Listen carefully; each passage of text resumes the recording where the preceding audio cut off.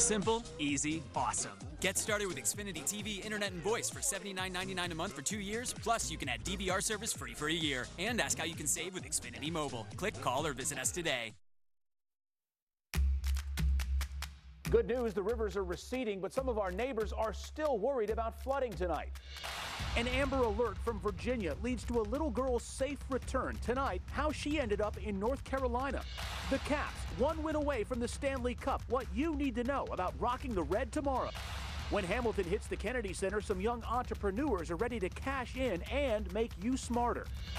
There are some showers and storms on the 7-day forecast, but will we get a break first? I'll have the answer in D.C.'s most accurate forecast. The news at 11 starts now.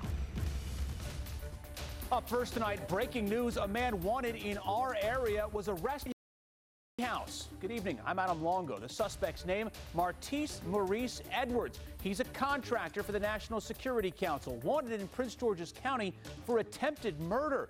At noon today, he got to the visitor's entrance at the White House. He showed his driver's license, and that's when Secret Service agents arrested him. Based on that warrant from Prince George's County, Edwards is expected to appear in court tomorrow. And then there's this, Virginia State Police chasing a stolen military armored vehicle that belongs to the Virginia National Guard. This video from Twitter showing it rolling through the fan in Richmond. Our sister station in Richmond reports that was stolen by a soldier from Fort Pickett in central Virginia, and he drove north on I-95, about 60 miles north.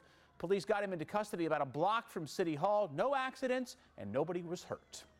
So the Potomac looking a little high in this photo from our Stephanie Ramirez. We're going to talk flooding in just a few minutes, but first, a look at what's happening right now. Here's meteorologist Howard Bernstein. Adam, we were tracking some showers, even some storms, some severe early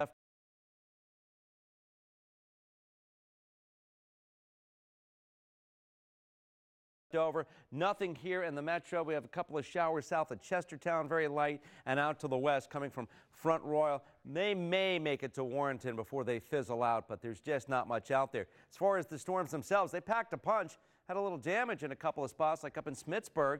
Had a large tree limb snap there on Stevenson Road, and also in Westminster. We saw some damage there, a tree down on Maryland 27. I do want to tell you, temperatures are dropping tonight. We were 84 today. We're in the 60s now. It's in the 50s in Pittsburgh and Oakland, so a cooler Wednesday is coming our way.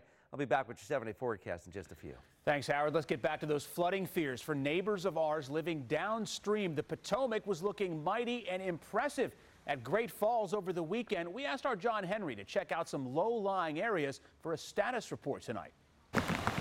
We've had some wet weather these past few days, and that's left us yet again with one swollen Potomac River.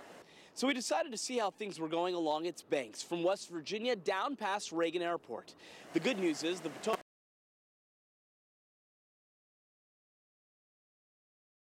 Bridge across the river is now open.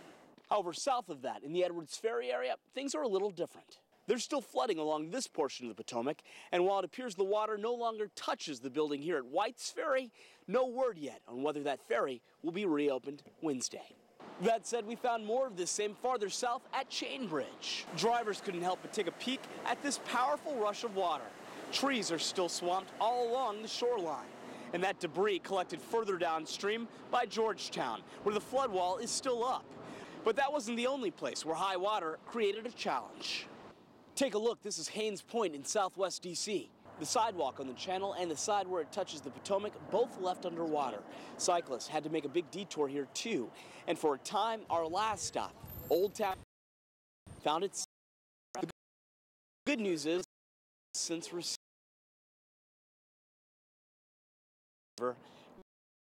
from the banks of the 11. 7-month-old Emma Kendrick, her father, he's now under arrest.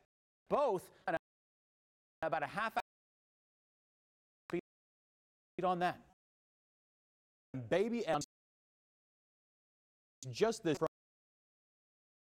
from Danville, his car.